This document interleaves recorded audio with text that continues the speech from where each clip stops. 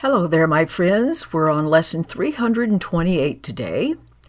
I choose the second place to gain the first. Egos, of course, don't like choosing the second place, but what this means is if I'm willing to follow in the way of love, in other words, if I'm willing to be the follower instead of the leader, I become the leader. In other words, I end up being in the place I want to be in if I'm willing to follow the lead of love, instead of I already know everything I need to know. So what seems to be the second place is really first, because all things we perceive are upside down and backwards until we listen to the voice for God.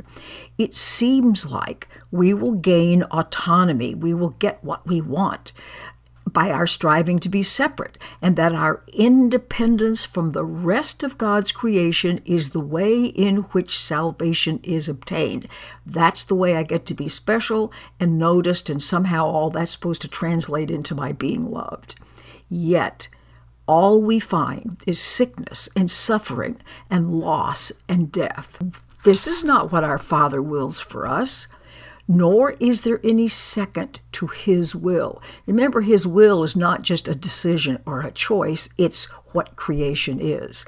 So to join with His will is just to find our own. It's to find out who we really are. And since our will is His, it is to Him that we must go to recognize our will, to even recognize what it is we are. So then our prayer says, there is no will but yours. And I'm glad that nothing I imagine contradicts what you would have me be. It's your will that I be wholly safe, eternally at peace, and happily I share that will, which you, my Father, gave as part of me. You gave this as an attribute of me. It's your will that I be happy and saved from my crazy idea that if I'm first, I'm better off. Wonderful lesson.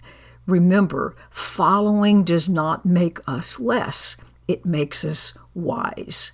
Practice that today and see what happens. And I look forward to seeing you tomorrow. Goodbye.